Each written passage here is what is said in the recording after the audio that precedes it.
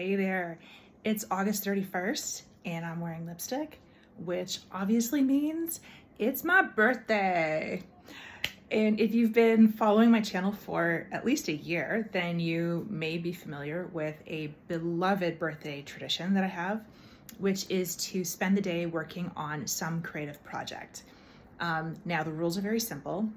The creative project has to be something that I've had bouncing around in my mind lately, but it needs to be something that I really struggle to find time to actually commit to.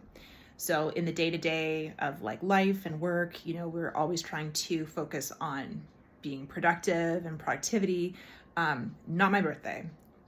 Birthday projects are specifically for moonshots. They are for wild ideas that don't really get a lot of airtime in the normal working world.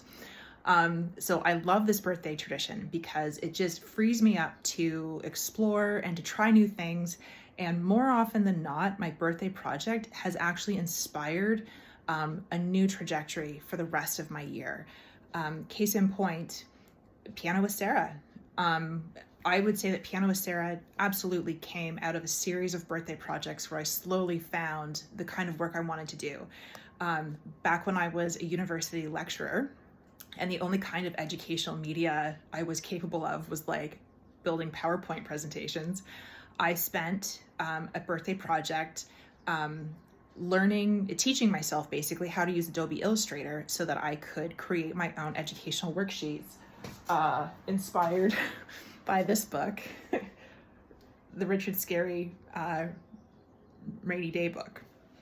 And I had so much fun doing that I realized that there was something more to this educational creativity for me.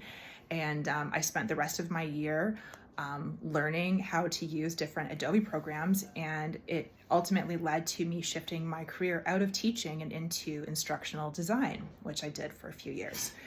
And then a few years into doing instructional design, I had a birthday project where I decided to try to write and publish, or record at least, what I thought a video could look like. That if I was to use video to teach music, and specifically piano, what that might look like. That's what I spent my birthday project on.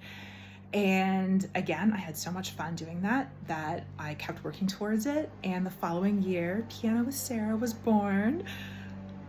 And so it's just been a great way to explore, my creative interests. And I highly recommend adopting this birthday tradition for yourself. It truly is. It's so fun. And you never know where it might lead. Now, this isn't to say that it's always going to be totally life-changing.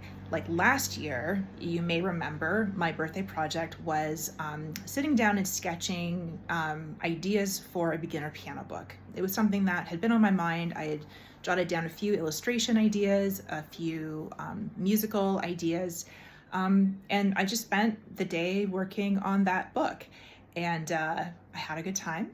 I still have it somewhere, but I haven't actually really gone on with it. It kind of ran its course. It was what I wanted to do on that particular day. But I think what happened was that over the rest of the year, I realized how much more fun I have putting videos together. And so that's why I've just continued building up my social media and continuing on doing this. At any rate, so this year, kind of continuing with building the Piano with Sarah theme, potentially, my idea for this year is to spend some time sketching out what it might look like if I were to create animations, short animations that would teach some concept related to music education, music theory, or piano specifically. I don't totally know what this is going to look like. All I know is that I do not want these to look like how-to videos. I don't want these just to be animations that just show you how a staff works. What I want to try to do is something that is a little bit more innovative and a little bit closer to the kind of innovation that Sesame Street did with their animations on teaching kids how to read and count. So I am a huge nerd over Sesame Street. Sesame Street is so so inspiring to me. I'm so inspired by them because they tried to find a way to use the best of what TV had to offer, which in the 70s, when Sesame Street was created, included soap operas they had like the narrative, the riveting storylines that kept you coming back, and commercials. Commercials had these jingles that were really catchy, and they noticed that kids were learning these commercials really easily. And so they thought, can we blend the concept of commercials and these storylines into a show that would capture kids' imagination and teach them about letters and numbers at the same time? Brilliant. They are so inspirational to me.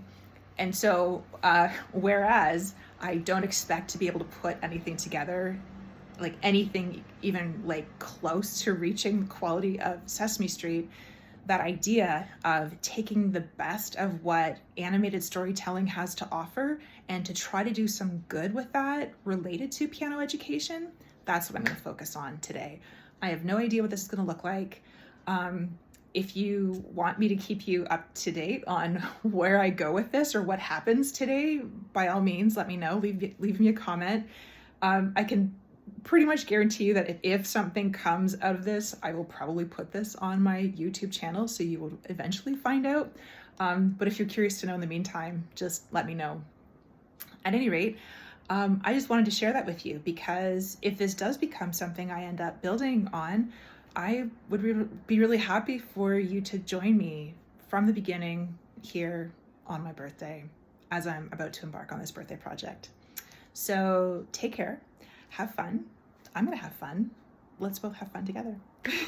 Okay, take care. See ya.